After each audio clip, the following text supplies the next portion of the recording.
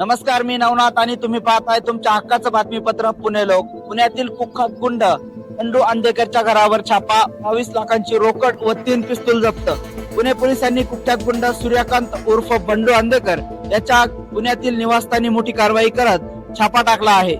या कारवाईत पोलिसांनी सुमारे 22 लाख रुपये रोकड रक्कम आणि 3 पिस्तूल जप्त केले आहेत. या कारवाईत पैशाचा कोणताही वैध हिशोब नसल्याचे पोलिसांनी सांगितले आहे.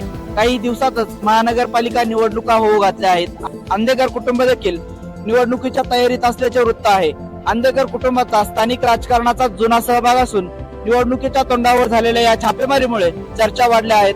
अंधेकर कुटुंबावर उपका अंतर्गत कारवाई सुरू असून त्याचाच तपासाचा भाग म्हणून छापेमारी केल्याचे पोलिसांनी सांगितले आहे. या प्रकरणाचा पुढील तपास पुणे पोलीस करत जप्त केलेल्या रोकड रक्कम आणि शस्त्रांचा गुन्हेगारी कारवाईशी असलेला संबंध तपासला जात आहे. अशाच बातम्या पाहण्यासाठी बघत राहा पुणे लोक.